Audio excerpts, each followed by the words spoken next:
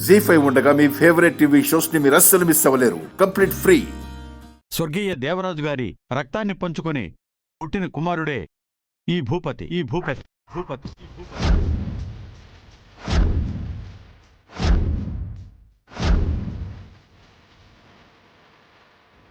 కాబట్టి వారు వారసులవుతారు.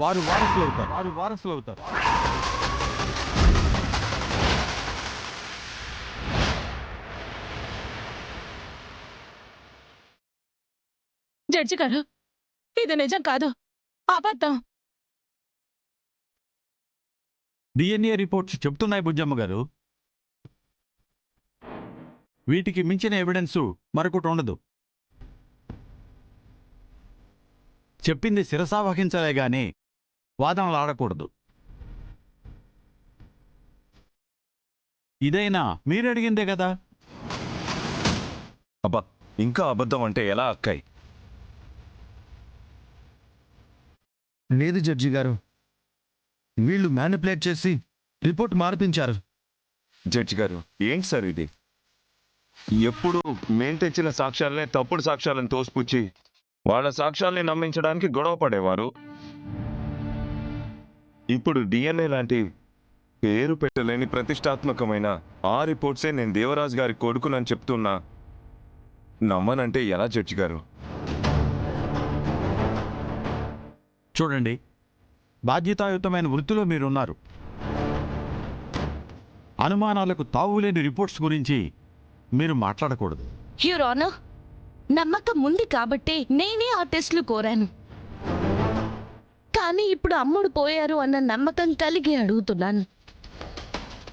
ఆ వ్యక్తుల్ని అంటున్నానే కానీ ఆ వ్యవస్థని అగౌరవపరచడం లేదు మై లార్డ్. అధికారుల పర్యవేక్షణలో ఈ టెస్ట్ జరగలేదా? మేమందరం అక్కడే ఉన్నాం యువర్ ఆనర్. మా అందరి పర్యవేక్షణలోనే, వీడియో కవరేజ్లోనే జరిగింది. తారుమారయ్యే ఛాన్సే లేదు. విన్నారు కదా. ఇలా అంటున్నానని ఏమనుకోకండి. ఎక్కడో ఏదో జరిగింది యువర్ ఆనర్. కోర్టుకు కావలసింది సాక్ష్యాలు, అనుమానాలు కావు అక్షర్ గారు. డిఎన్ఏ మ్యాచ్ అయింది. దేవరాజు గారి వీలునామా ప్రకారం భూపతి గారు వారసులవుతారు.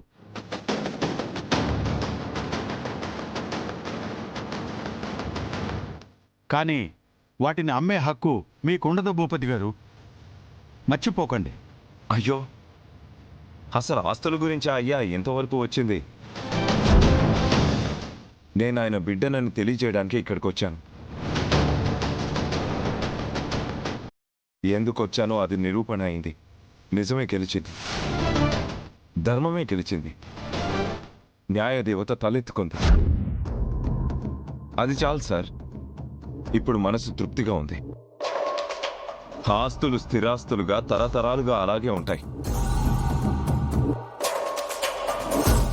కోర్టు తీర్పును గౌరవించాలని కోరుతూ భూపతి గారు దేవరాజు గారు వారసుడేనని నిర్ధారణ చేస్తూ ఈ కేసును కొట్టువేస్తూ తీర్పు చెప్పడమైనది.